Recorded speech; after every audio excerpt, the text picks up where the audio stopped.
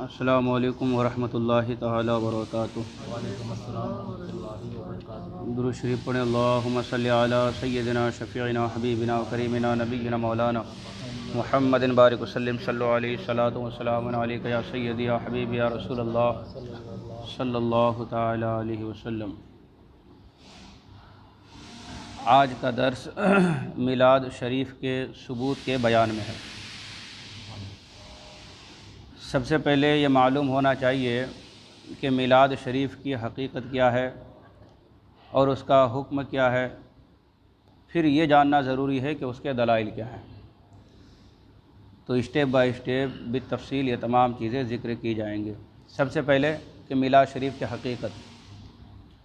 میلاد شریف کی حقیقت ہے حضور صلی اللہ تعالی علیہ وسلم کی ولادت پاک کا واقعہ بیان کرنا، اسی کو میلاد بولتے ہیں۔ حمل شریف کے واقعات اور نور محمدی صلی اللہ علیہ وسلم کے کرامات، حضور کا نسب نامہ یا شیر خارگی یعنی کہ دودھ پینے کے جو دن تھے، اور حضرت حلیمہ سعدیہ رضی اللہ تعالی عنہا کے یہاں پرورش حاصل کرنے کے جو واقعات انہوں نے بیان کی وہ، اور حضور صلی اللہ علیہ وسلم کی نعت پاک نظم میں ہو یا نثر میں ہو پڑھنا، یہ سب اسی میلاد شریف کے تابع ہیں۔ اب حضور کی ولادت کا واقعہ چاہے تنہائی میں پڑھو یا مجلس جمع کر کے، اور نظم میں پڑھو یا نثر میں، کھڑے ہو کر یا بیٹھ کر، جس طرح سے بھی پڑھو اس کو میلاد شریف ہی کہا جائے گا۔ اور محفل میلاد شریف منعقد کرنا یعنی میلاد شریف کی محفل سجانا اور حضور صلی اللہ علیہ وسلم کی پیدائش کی خوشی منانا، اس کے ذکر کے موقع پر خوشبو لگانا، گلاب کا پانی چھڑکنا یا شیرینی تقسیم کرنا، یا ہمارے یہاں دوسرے مسجدوں میں بھی جو لنگر وغیرہ کا انتظام ہوتا ہے تو وہ لنگر کھلانا، غرض کہ خوشی کا اظہار جس جائز طریقے سے بھی ہو وہ مستحب ہے اور باعث برکت اور رحمت الہی کے نزول کا سبب ہے نا۔ چونکہ یہ سب کام جائز ہیں اور یہ کام آپ اکیلے میں بھی کر سکتے ہیں، اسی طرح سے مجمع میں بھی کر سکتے ہیں۔ کیوں؟ اس لیے کہ حضرت عیسیٰ علیہ السلام نے دعا کی تھی، قرآن شریف میں ان کی دعا ہے۔ قرآن شریف میں اللہ تبارک و تعالیٰ نے فرمایا ربنا انزل علینا مائدۃ من السماء تکون لنا عیدا لاولنا وآخرنا۔ یہ حضرت عیسیٰ علیہ السلام کے کلمات جسے قرآن پاک میں نے محفوظ کر لیا۔ کیا کہ حضرت عیسیٰ علیہ السلام نے دعا کی تھی کہ اے اللہ ہمارے لیے آسمان سے مائدہ نازل فرما، مائدہ کا مطلب دسترخوان، تاکہ ہمارے لیے تکون لنا، ہمارے لیے عید الاولنا، عید کا دن ہو جائے ہمارے پہلوں کے لیے بھی اور بعد والوں کے لیے بھی۔ یہ حضرت عیسیٰ علیہ السلام نے جو لفظ عید استعمال کیا وہ کس لیے؟ کہ مولا تو آسمان سے دسترخوان نازل فرما، جس دن وہ دسترخوان نازل ہوگا وہ دن ہمارے لیے عید کا دن ہو جائے گا۔ تو معلوم ہوا کہ مائدہ آنے کے دن کو حضرت عیسیٰ علیہ السلام نے عید کا دن بنایا۔ اسی وجہ سے آج بھی اتوار کو عیسائی اسی لیے عید مناتے ہیں۔ آپ دیکھیں گے پوری دنیا کا اگر جائزہ لیں تو زیادہ تر ملکوں میں جو چھٹی ہوتی ہے وہ اتوار کے دن، اتوار کے دن وہ لوگ آج بھی اس دن کو عید کے طور پر منا رہے ہیں عیسائی۔ اور یہ کیوں؟ یہ اس لیے کہ حضرت عیسیٰ علیہ السلام نے کہا تھا کہ وہ ہمارے لیے عید کا دن ہو جائے نا، اسی لیے وہ عید مناتے ہیں کہ اس دن دسترخوان اترا تھا۔ تو جب دسترخوان اترا تو عیسائیوں نے اس وقت بھی عید منایا، حضرت عیسیٰ علیہ السلام نے اور ان کے ماننے والوں نے۔ آج اگرچہ ان کے حقیقی ماننے والے نہیں ہیں، نام کے عیسائی ہیں، لیکن حقیقت میں جیسا ہونا چاہیے حضرت عیسیٰ علیہ السلام کے ماننے والوں کو ویسا نہیں ہے، لیکن آج بھی اسی دن کو وہ لوگ فالو کرتے ہیں اور آج بھی عید کے طور پر وہ اتوار کے دن کو مناتے ہیں۔ اور حضور علیہ السلام کی تشریف آوری یعنی حضور کا اس دنیا میں تشریف لانا اس مائدہ یعنی اس دسترخوان سے کہیں بڑھ کر نعمت ہے، لہٰذا حضور کی ولادت کا دن بھی یوم العید ہے، یعنی کہ عید کا دن ہے۔ ہاں، اس مجلس پاک میں یعنی کہ میلاد شریف کی محفل میں حرام کام کرنا سخت جرم اور گناہ ہے۔ جیسے عورتوں کا اتنی بلند آواز سے نعت شریف پڑھنا کہ اجنبی مرد سنے، یہ سخت منع ہے۔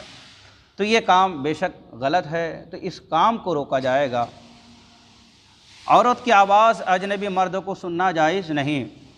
اسی وجہ سے مسئلہ یہ ہے کہ اگر کوئی شخص نماز پڑھ رہا ہے اور اس کے سامنے سے کوئی گزر رہا ہو تو گزرنے والے کو بتانے کے لیے کہ میں نماز میں ہوں، تو مرد کے لیے حکم ہے کہ وہ کہے گا سبحان اللہ، بلند آواز سے پڑھے گا وہ، تاکہ وہ گزرنے والا نماز پڑھنے والے کو دیکھ لے اور پیچھے پلٹ جائے، وہ اس کے سامنے سے نہ گزرے۔ یہ مرد کے لیے حکم ہے، کیونکہ نمازی کے آگے سے گزرنا یہ بہت جو ہے عذاب کا سبب ہے۔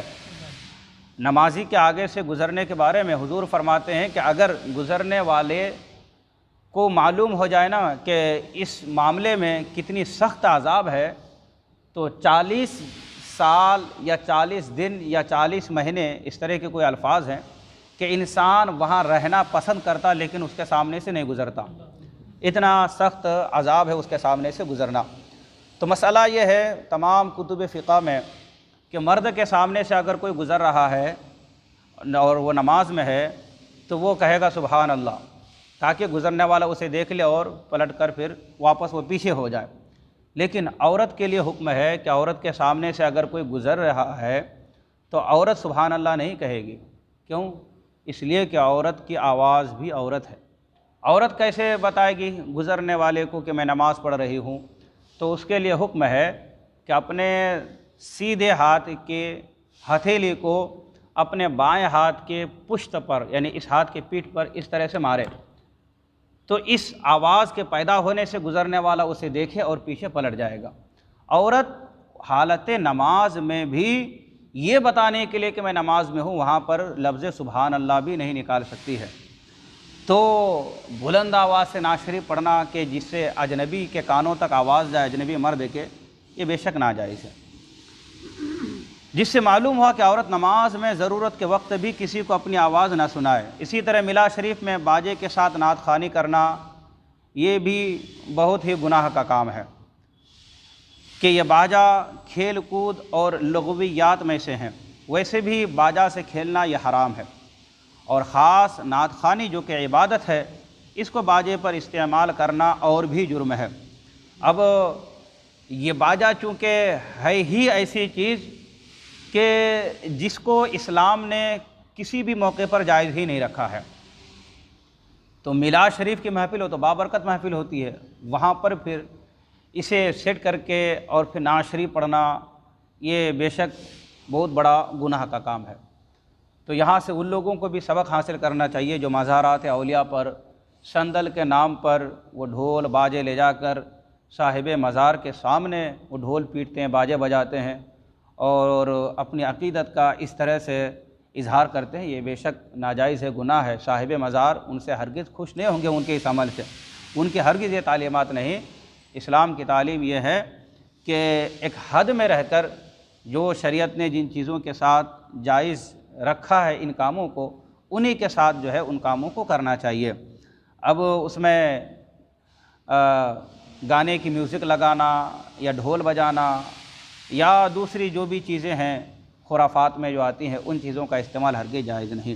خاص نعت خوانی تو یہ تو عبادت ہے، اس کو باجے پر استعمال کرنا اور بھی جرم ہے۔ اگر کسی جگہ میلاد شریف میں یہ خرابیاں پیدا کر دی گئی ہو تو ان خرابیوں کو دور کیا جائے، لیکن اصل میلاد شریف کو بند نہ کیا جائے۔ اگر عورت بلند آواز سے قرآن کی تلاوت کرے یا لوگ قرآن باجے سے پڑھنے لگے تو ان بیہودگیوں کو مٹا دو، قرآن پڑھنا نہ روکو، کیوں کہ قرآن پڑھنا یہ عبادت ہے۔ میلاد شریف قرآن، احادیث، اقوال علماء اور ملائکہ اور پیغمبروں کے فعل سے یعنی ان کے کاموں سے ثابت ہے۔ قرآن کریم میں اللہ تبارک و تعالیٰ نے ارشاد فرمایا وَاذْكُرُوا نِعْمَةَ اللَّهِ عَلَيْكُمْ، یعنی کہ تم یاد کرو اللہ کی ان نعمتوں کو جو اللہ نے تمہیں نعمتیں عطا کی ہے۔ اور حضور کی تشریف آوری اللہ کی بہت بڑی نعمت ہے، بلکہ سب سے بڑی نعمت ہے اللہ کی حضور صلی اللہ علیہ وسلم۔ تو اللہ فرماتا ہے کہ میری نعمت کو یاد کرو۔ تو اب حضور جس دن تشریف لائے اس دن کو اگر میلاد شریف کے طور پر منایا جائے تو اس میں غلط کیا ہے؟ ہم میلاد منا کر اللہ کی اس نعمت کو یاد کر رہے ہیں جو سب سے بڑی نعمت ہے، اور میلاد پاک میں اسی کا ذکر ہے، لہٰذا محفل میلاد کرنا اس آیت پر عمل ہوگا، کیا وَاذْكُرُوا نِعْمَتَ اللَّهِ عَلَيْكُمْ۔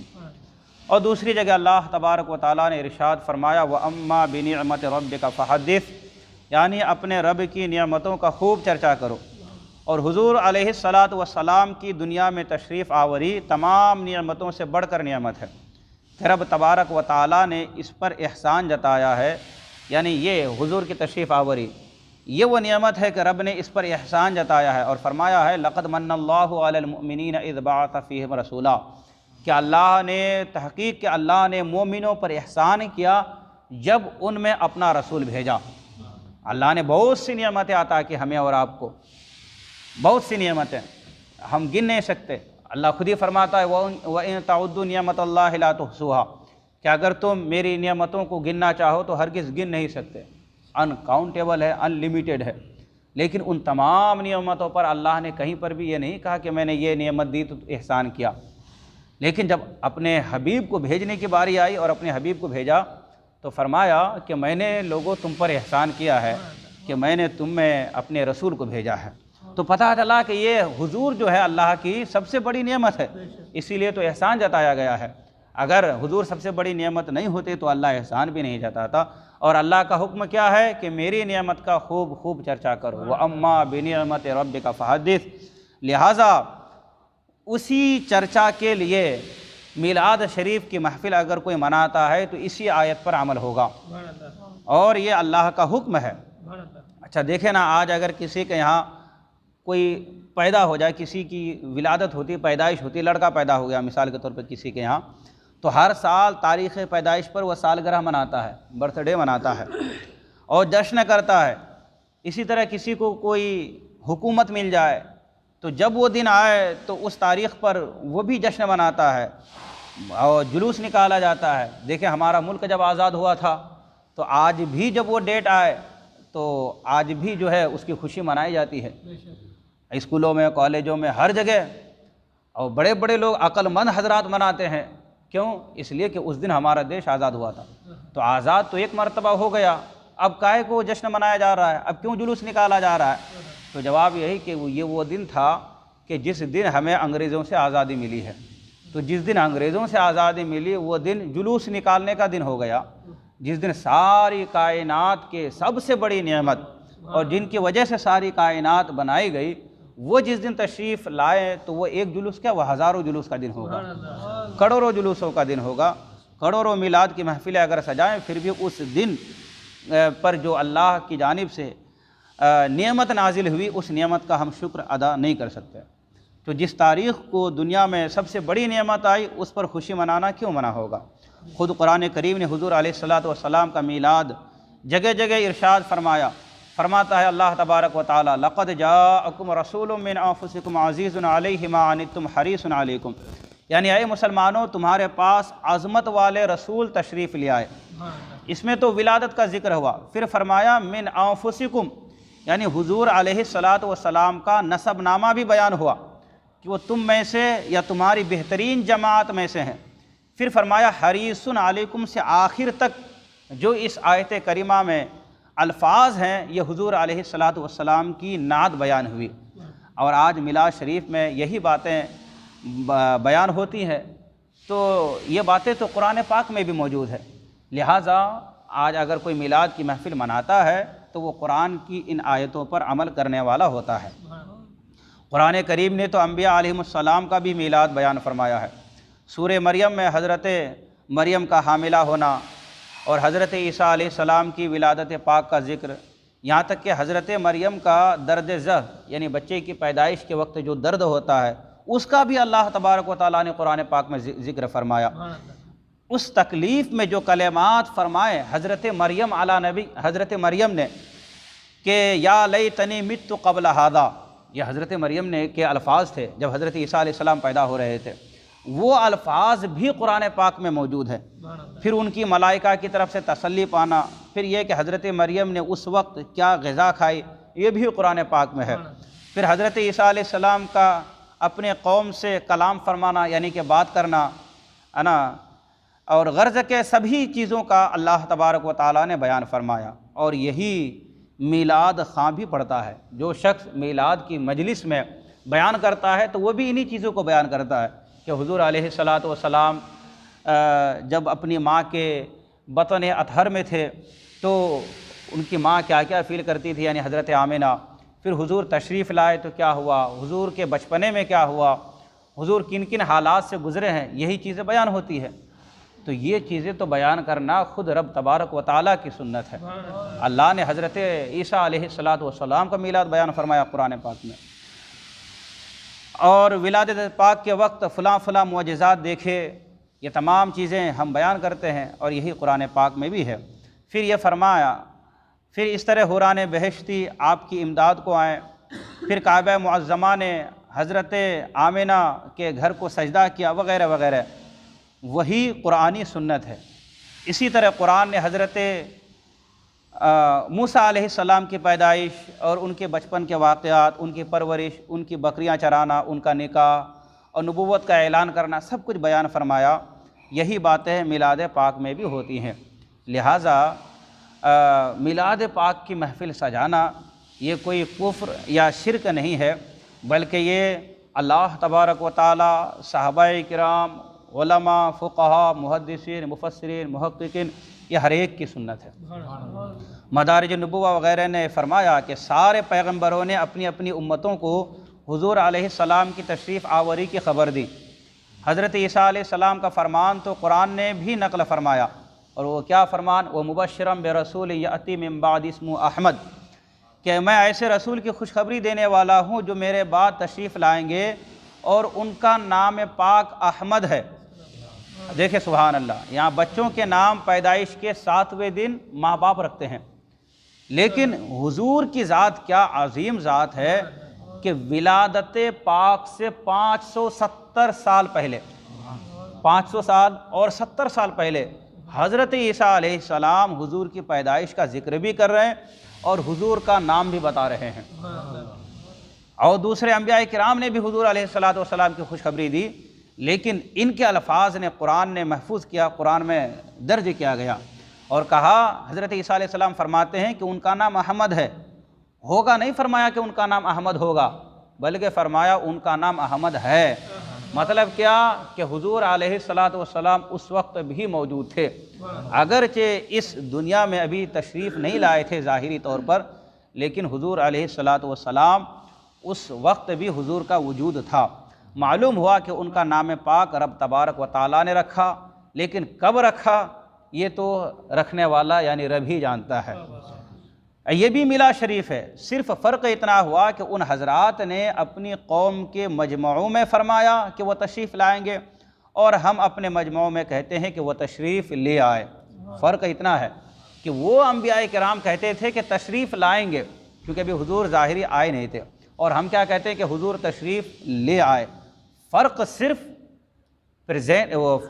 صرف پاسٹ اور فیوچر کا ہے، وہ فیوچر کی بات کرتے تھے اور ہم پاسٹ کی بات کرتے ہیں، وہ مستقبل کی بات کرتے تھے اور ہم ماضی کی بات کرتے ہیں، وہ حضور کے آنے کی خوشخبری دے کر اس دن محفل میلاد مناتے تھے، اور ہم حضور کی تشریف آوری کے دن کو لوگوں کو سنا کر اور بتا کر جو ہے میلاد کی محفل سجاتے ہیں اور مناتے ہیں، اور عید کا دن اسے ہم تصور کرتے ہیں۔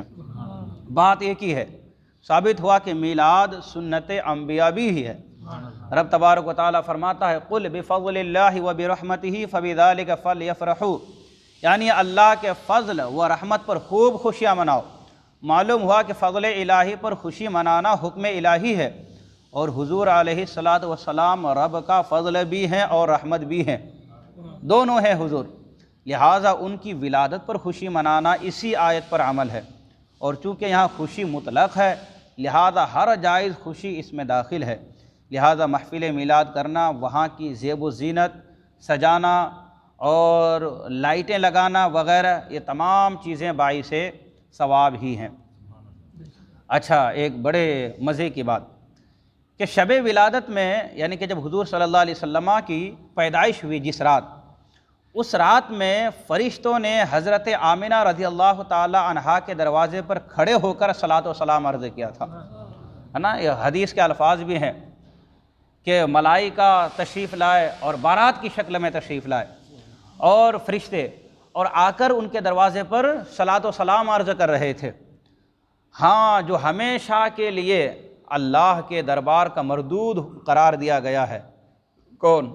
شیطان رجیم، شیطان ابلیس، وہ بھاگا بھاگا مارا مارا پھر رہا تھا کہ آج ایسے نبی کی آمد ہو گئی کہ جس نبی کی وسیلے سے، جس نبی کے ذریعے سے اللہ بے حساب لوگوں کی مغفرت بھی فرمائے گا، تو اس نبی کے وسیلے سے اللہ اپنی رحمت اور فضل و کرم کی بارش بھی برسائے گا۔ تو اس لیے شیطان جو ہے مارا مارا پھر رہا تھا۔ اسی کو کسی شاعر نے کہا ہے نا، نثار تیری چہل پہل پر ہزاروں عید ربیع الاول، سوائے ابلیس کے جہاں میں سبھی تو خوشیاں منا رہے ہیں، ہر چیز خوشیاں منا رہی تھی، یہاں تک کہ جانور بھی ایک دوسرے کو مبارکباد دے رہے تھے، یہ چرند پرند، یہ تمام چیزیں، مچھلیاں بھی ایک دوسرے کو مبارکبادی دے رہے تھے، ہر ایک خوشی منا رہے تھے۔ اگر غم میں تھا تو وہ ابلیس تھا، ہاں، وہ رنج و غم میں بھاگا بھاگا پھر رہا تھا۔ اس سے معلوم ہوا کہ میلاد یہ فرشتوں کی بھی سنت ہے، اور یہ بھی معلوم ہوا کہ پیدائش کے وقت کھڑا ہونا یہ ملائکہ کا کام ہے، فرشتوں کا کام ہے، اور بھاگا بھاگا پھرنا یہ شیطان کا کام ہے۔ اب بھی جو حضور صلی اللہ علیہ وسلم کے میلاد کے مہینے میں محفل سجاتے ہیں، کھڑے ہو کر حضور پر درود و سلام پڑھتے ہیں، تو سمجھ لو کہ یہ فرشتوں کی سنت ادا کر رہے ہیں۔ اور جو کہتے ہیں کہ یہ میلاد کہاں سے ثابت، یہ محفل کہاں سے ثابت، تو سمجھ لو کہ یہ اسی کے نسل سے ہے۔ وہاں ابلیس بھاگا بھاگا پھر رہا تھا، یہاں اس کے چیلے بھاگے بھاگے پھر رہے تھے۔ ابلیس جب جنت سے نکال دیا گیا، کیوں؟ ایک نبی کی بے ادبی کی وجہ سے، ہے نا۔ حضرت آدم علیہ نبینا علیہ الصلوۃ والسلام کو سجدہ کا حکم ہوا تو تکبر کیا، گھمنڈ کیا، غرور کیا کہ نہیں، میں ان کو سجدہ نہیں کرتا۔ تو جو جنت میں تھا ابلیس، اسے نکال دیا گیا۔ اب یہ تو ابھی جنت میں گئے بھی نہیں، باہر ہیں اور جائیں گے بھی نہیں، کیونکہ تجھ سے اور جنت سے کیا مطلب، وہاں بھی دور ہو، ہم رسول اللہ کے، جنت رسول اللہ کی۔ تو جو جنت میں تھا، نبی کا ادب احترام نہیں کیا تو اسے نکال دیا گیا۔ جو آلریڈی باہر ہے، وہ نبی کا ادب و احترام نہ کرے، نبی کی توہین کرے، تو وہ کیسے جنت میں جا سکتا ہے؟ لہٰذا جو محفل میلاد مناتے ہیں، یہ فرشتوں کے کام کی طرح، یہ فرشتوں کی سنت پر عمل کرتے ہیں، کیونکہ فرشتے بھی اس دن کھڑے ہو کر حضور پر صلاۃ و سلام ہی پیش کر رہے تھے، اور جو اس دن بھاگا بھاگا پھر رہا تھا وہ شیطان ہے۔ آج بھی جو ان جیسی محفلوں سے بھاگا بھاگا پھرتا ہے تو یہ اسی کے نقش قدم پر چل رہا ہے۔ خود حضور علیہ الصلوۃ والسلام نے مجمع صحابہ کے سامنے ممبر پر کھڑے ہو کر اپنی ولادت پاک اور اپنے اوصاف بیان فرمائے۔ یہ مشکوٰۃ شریف کی حدیث ہے، جس سے معلوم ہوا کہ میلاد پڑھنا یہ سنت رسول اللہ صلی اللہ علیہ وسلم بھی ہے۔ مشکوٰۃ شریف جلد 2 باب فضائل سید المرسلین فصل ثانی میں ہے۔ حضرت عباس رضی اللہ تعالی عنہ سے روایت ہے، یہ حضور کے چچا ہیں، کہ ایک دن حضور علیہ الصلوۃ والسلام کی خدمت میں حاضر ہوا، اور شاید حضور علیہ الصلوۃ والسلام تک خبر پہنچی تھی کہ بعض لوگ ہمارے نسب پاک کے بارے میں طعن کرتے ہیں۔ حضور تک یہ خبر پہنچی تھی کہ کچھ لوگ حضور کے نسب کے بارے میں طعن کرتے ہیں، کہتے ہیں معاذ اللہ کہ ان کا نسب ایسا ہے ویسا ہے، اس طرح کی باتیں کوئی کر رہے تھے، یہ بات حضور تک پہنچی۔ تو حضرت عباس کہتے ہیں فقام النبی صلی اللہ علیہ وسلم علی المنبر، حضور علیہ الصلوۃ والسلام ممبر پر کھڑے ہوئے، اور کھڑے ہونے کے بعد حضور نے فرمایا فقال من انا، حضور نے کہا بتاؤ میں کون ہوں۔ پس ممبر پر قیام فرما کر پوچھا بتاؤ میں کون ہوں، تو سب نے عرض کیا کہ آپ رسول اللہ ہیں۔ تو حضور نے فرمایا میں محمد ابن عبداللہ ابن عبد المطلب ہوں، یعنی حضور نے یہاں پر اپنا نسب بیان کیا۔ اور آج بھی میلاد کی محفلوں میں حضور کا نسب ہی بیان کیا جاتا ہے کہ حضور کا نور مبارک کن کن پشتوں سے آیا، اور کہاں کہاں حضور صلی اللہ علیہ وسلم کا نور مبارک کن کن کی پیشانیوں میں چمکا۔ یہی باتیں آج میلاد کی محفلوں میں بھی ہوتی ہے، یہی بات حضور علیہ الصلوۃ والسلام نے صحابہ کے درمیان میں بھی رکھی۔ حضور نے بھی اپنا میلاد منایا، اور ہم تو حضور کے غلام ہیں، ہم پر تو حق ہے، تو ہم کیوں نہ حضور صلی اللہ علیہ وسلم کی ولادت کی خوشی میں میلاد منائیں۔ اللہ نے مخلوق کو پیدا فرمایا، حضور فرماتے ہیں کہ اللہ نے مخلوق کو پیدا فرمایا تو ہم کو بہترین مخلوق میں سے کیا، پھر ان کے 2 حصے کیے، ایک عرب اور ایک عجم۔ ہم کو ان میں سے بہتر یعنی عرب میں سے کیا۔ پھر عرب کے چند قبیلے فرمائے، ہم کو ان کے بہتر یعنی قریش میں سے کیا۔ پھر قریش کے چند خاندان بنائے، ہم کو ان میں سے بہتر خاندان یعنی بنی ہاشم میں سے کیا۔ یہ حضور علیہ الصلوۃ والسلام نے خود اپنے نسب کے بارے میں اور اپنے خاندان کے بارے میں یہ بتایا۔ اور اسی مشکات شریف میں ہے کہ حضور فرماتے ہیں ہم خاتم النبیین ہیں، اور ہم حضرت ابراہیم علیہ السلام کی دعا اور حضرت عیسیٰ کی بشارت اور اپنی والدہ کا دیدار ہیں، جو کہ انہوں نے ہماری ولادت کے وقت دیکھا کہ ان سے ایک نور چمکا، یعنی حضرت آمنہ سے۔ حضور فرماتے ہیں میری ماں سے ایک نور چمکا جس سے شام کی عمارتیں میری ماں کو نظر آئیں۔ ان میں حضور علیہ الصلوۃ والسلام نے اپنا نسب نامہ، اپنی نعت شریف، اپنی ولادت پاک کا واقعہ بیان فرمایا۔ یہی میلاد شریف میں ہوتا ہے۔ ایسی سینکڑوں احادیثیں پیش کی جا سکتی ہیں، لیکن سمجھنے کے لیے ایک حدیث بھی کافی ہے۔ ہاں، اگر دماغ قبول کرے، اگر عقل چھینی نہ گئی تو ایک حدیث بھی کافی ہے، لیکن جن کے بارے میں اللہ کا فیصلہ ہے ختم اللہ علی قلوبہم وعلی سمعہم، اس کے سامنے 100 کیا ہزاروں حدیثیں بھی رکھ دو پھر بھی وہ ماننے کو تیار نہیں ہوگا۔ اچھا دیکھیں ایک آخری بات، صحابہ کرام ایک دوسرے کے پاس جا کر فرمائش کرتے تھے کہ ہم کو حضور علیہ الصلوۃ والسلام کے نعت شریف سناؤ۔ یہ صحابہ کرام کی عادت تھی۔ معلوم ہوا کہ میلاد سنت صحابہ بھی ہے۔ اچھا، سب سے آخری صحابی جن کا وصال ہوا تقریباً 110 ہجری میں، یعنی حضور علیہ الصلوۃ والسلام کے پردہ فرمانے کے 100 سال کے بعد وہ صحابی سب سے آخر میں جو وصال فرمائے، حج کے موقع پر ایک مرتبہ ایک بلند ٹیلے پر کھڑے ہوئے اور وہاں اعلان کرنے لگے کہ لوگوں، میں آخری شخص ہوں کہ جس نے حضور کو دیکھا ہے۔ میری وہ آنکھیں ہیں کہ جن آنکھوں نے حضور کے چہرے انور کو دیکھا ہے۔ جب صحابی نے یہ اعلان کیا تو تمام لوگ وہ صحابی کے پاس آئے، اور آنے کے بعد زیادہ تر لوگوں نے جو کہا تو وہ یہی کہا کہ صف لنا رسول اللہ صلی اللہ علیہ وسلم، یعنی ہمیں حضور علیہ الصلوۃ والسلام کے بارے میں بتائیے۔ نعت شریف، حضور کی خوبیاں یہ بیان کرنا اور سننا یہ تابعین کے زمانے میں بھی تھا۔ اچھا دیکھیں نا، آخری صحابی ہیں، لوگ چاہتے تو ان سے پوچھ لیتے حضور کے ساتھ رہے ہو، حضور کے ساتھ اٹھنا بیٹھنا ہوا ہے تو نماز کا مسئلہ بتاؤ، تو حج کا مسئلہ بتاؤ۔ حج کا موقع تھا، حج کے مسئلے پوچھنے چاہیے تھے لوگوں کو، لیکن حج کے مسئلے کسی نے نہیں پوچھا، نماز کا مسئلہ نہیں پوچھا، روزہ کا نہیں پوچھا، زکوٰۃ کا نہیں پوچھا۔ پوچھ رہے ہیں تو کہہ رہے ہیں کہ بتاؤ حضور کیسے دکھتے تھے، یعنی کہ ان کو بھی نعت شریف سننا ہی پسند تھا۔ ہاں، تو وہاں پر بھی ایک طرح سے حضور کا میلاد ہی ہو رہا تھا۔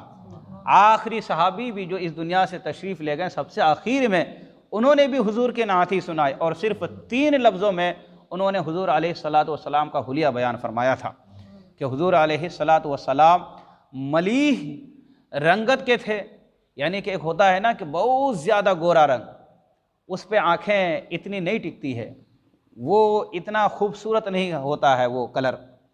اور حضور علیہ الصلوۃ والسلام کا جو حسن تھا وہ نمکین حسن تھا۔ ایک حسن ہوتا ہے میٹھا اور ایک ہوتا ہے نمکین۔ حضور علیہ الصلوۃ والسلام کو جو اللہ نے حسن عطا فرمایا تھا تو اس حسن کو ملیح حسن کہا جاتا ہے، ملیح خوبصورتی، اور یہ سب سے بڑھ کر خوبصورتی ہوا کرتی ہے۔ اور دوسرا انہوں نے جو حضور کی نعت بیان فرمائی، وہ صحابی نے تو کہا کہ حضور علیہ الصلوۃ والسلام نہ بہت زیادہ نیچے قد کے تھے اور نہ ہی بہت زیادہ اونچے قد کے تھے، یعنی حضور علیہ الصلوۃ والسلام درمیانی قد کے تھے، لیکن ساتھ ہی ساتھ اللہ نے اپنے نبی کو یہ معجزہ بھی عطا فرمایا کہ اگر لاکھوں کا بھی مجمع ہو اور اس بیچ میں حضور ہو تو حضور سب سے اونچے بھی نظر آتے تھے، لیکن ویسے کوئی حضور کو لمبا نہیں بول سکتا تھا، کوئی گڈھا نہیں بول سکتا تھا، ناٹا نہیں بول سکتا تھا۔ یہ ترتیب، یہ حسن حضور علیہ الصلوۃ والسلام کو اللہ تبارک و تعالیٰ نے عطا فرمایا۔ ہاں، تو بات چل رہی تھی کہ اسی مشکاۃ شریف میں یہ ہے کہ حضرت عطا ابن یسار فرماتے ہیں کہ میں عبداللہ ابن عمر بن عاص رضی اللہ تعالی عنہ کے پاس گیا اور عرض کیا کہ مجھے حضور علیہ الصلاۃ کی وہ نعت سناؤ جو کہ توریت شریف میں ہے۔ انہوں نے پڑھ کر سنائی۔ اسی طرح حضرت کعب احبار فرماتے ہیں کہ ہم حضور علیہ الصلاۃ کی نعت پاک توریت میں یوں پاتے کہ محمد صلی اللہ علیہ وسلم اللہ کے رسول ہوں گے، میرے پسندیدہ بندے ہیں، اور ان کی نہ سخت طبیعت ہے، اور ان کی ولادت مکہ مکرمہ میں ہے، اور ان کی ہجرت مدینہ طیبہ ہوگی، اور ان کی حکومت یہ ملک شام میں ہوگا۔ اور یہاں اشارہ ہے حضرت امیر معاویہ رضی اللہ تعالی عنہ کی حکومت کی طرف۔ تو حضرت امیر معاویہ رضی اللہ تعالی عنہ بھی کس عظیم صحابی کا نام ہے کہ جہاں حضور کی صفت اور حضور کی نعت بیان ہو رہی ہے، وہیں پر حضرت امیر معاویہ رضی اللہ تعالی عنہ کی حکومت بھی بیان ہو رہی ہے۔ تو یہ جو حضور کی حکومت ملک شام میں ہوگی، مطلب کیا ہے کہ حضرت امیر معاویہ رضی اللہ تعالی عنہ اسلام کے سب سے پہلے بادشاہ ہوں گے، اور ان کی حکومت ملک شام میں ہوگی، دارالخلافہ ملک شام ہوگا۔ ان کی امت خدا کی بہت حمد کرے گی کہ رنج و خوشی ہر حال میں خدا کی حمد بیان کرے گی۔ یہ کہاں ہے؟ یہ مشکاہ شریف میں یہ حدیث پاک ہے، یہ دونوں حدیث پاک۔ اور بھی بہت سی دلیلیں ہیں، انشاءاللہ اگلے ہفتے کو کچھ اور باتیں میلاد شریف کے ثبوت میں آپ کے سامنے رکھی جائیں گی۔ آپ سے گزارش ہے کہ خود بھی تشریف لائیں، اپنے دوست و احباب کو بھی آنے کی دعوت دیں۔ بسم اللہ الرحمن الرحیم، صلی اللہ علی النبی الامی وآلہ وسلم، صلو علیہ صلاۃ و سلام علیک یا سیدی یا حبیبی یا رسول اللہ صلی اللہ تعالی علیہ وسلم۔ الہ العالمین، خالق کائنات، مالک بے نیاز، تیری دی ہوئی توفیق سے ہم لوگوں نے نماز عشاء سے لے کر اب تک جو بھی تیرے پیارے حبیب صلی اللہ علیہ وسلم کے فضائل بیان کیے اور جو بھی واعظ و نصیحتیں ہوئی، مولا تعالیٰ اسے اپنے بارگاہ کرم میں قبولیت کا درجہ عطا فرما۔ یا الہ العالمین، ہماری اس بابرکت محفل کو اپنی بارگاہ کرم میں قبولیت کا درجہ عطا فرما۔ مولا ہمارے اعمال کی، بالخصوص ہمارے عقائد کی مولا حفاظت فرما۔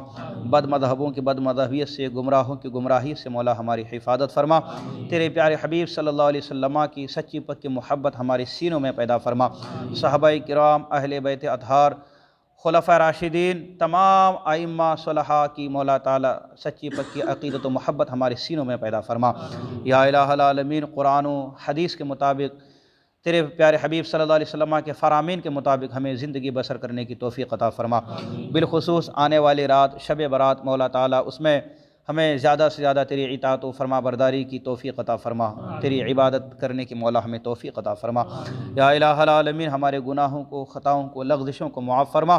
ہم حاضرین میں سے جن کا اعزا اقربا اس دنیا سے رخصت ہوئے، مولا تعالیٰ سبوں کے بے حساب مغفرت فرما۔ یا الہ العالمین، یہاں جتنے بھی لوگ حاضر ہیں، مولا تعالیٰ سب کی حاضری کو قبول فرما، سب کے نیک جائز مقاصد میں، ارادوں میں کامیابی و کامرانی عطا فرما، سب کے علم میں، عمل میں، تقوی طہارت میں مولا برکت عطا فرما۔ یا الہ العالمین، جماعت رضا مصطفیٰ اننت پور کو مولا تعالیٰ دین دنیا چوغنی ترقی عطا فرما، اس کے تمام اراکان و ممبران کے حوصلوں کو بلند سے بلند تر فرما، ہر جگہ، ہر میدان میں، ہر عمل میں کامیابی و کامرانی عطا فرما۔ یا الہ العالمین، اپنی بارگاہ کا اس جماعت، اپنی بارگاہ کرم میں مولا تعالیٰ اس جماعت کو قبول فرما، اس تحریک کو قبول فرما، اس کے تمام اراکین و ممبران کو قبول فرما، اور تیرے پیارے حبیب صلی اللہ علیہ وسلم کے بارگاہ میں بھی قبولیت کا درجہ عطا فرما۔ یا الہ العالمین، ہمارے گھروں میں اپنی رحمت برکت نازل فرما، بلاؤں کو، مصیبتوں کو، پریشانیوں کو، وباؤں کو دور فرما۔ یا الہ العالمین، ہماری دعاؤں کو اپنی حبیب کے نالین کے صدقے اور توسل سے قبول فرما۔ اللہم ربنا تقبل منا انکا انت السمیع العلیم وتب علینا انکا انت التواب الرحیم۔ ان اللہ وملائکتہ یصلون علی النبی یا ایھا الذین آمنوا صلوا علیہ وسلموا تسلیما۔ اللہم صلی علی سیدنا شفیعنا حبیبنا وکریمنا نبینا مولانا محمد بارک وسلم۔ صلو علیہ صلاۃ و سلام علیک یا رسول اللہ صلی اللہ تعالی علیہ وسلم۔ سبحان ربک رب العزۃ عما یصفون وسلام علی المرسلین والحمد للہ رب العالمین۔ حق لا الہ الا اللہ محمد رسول اللہ صلی اللہ علیہ وسلم۔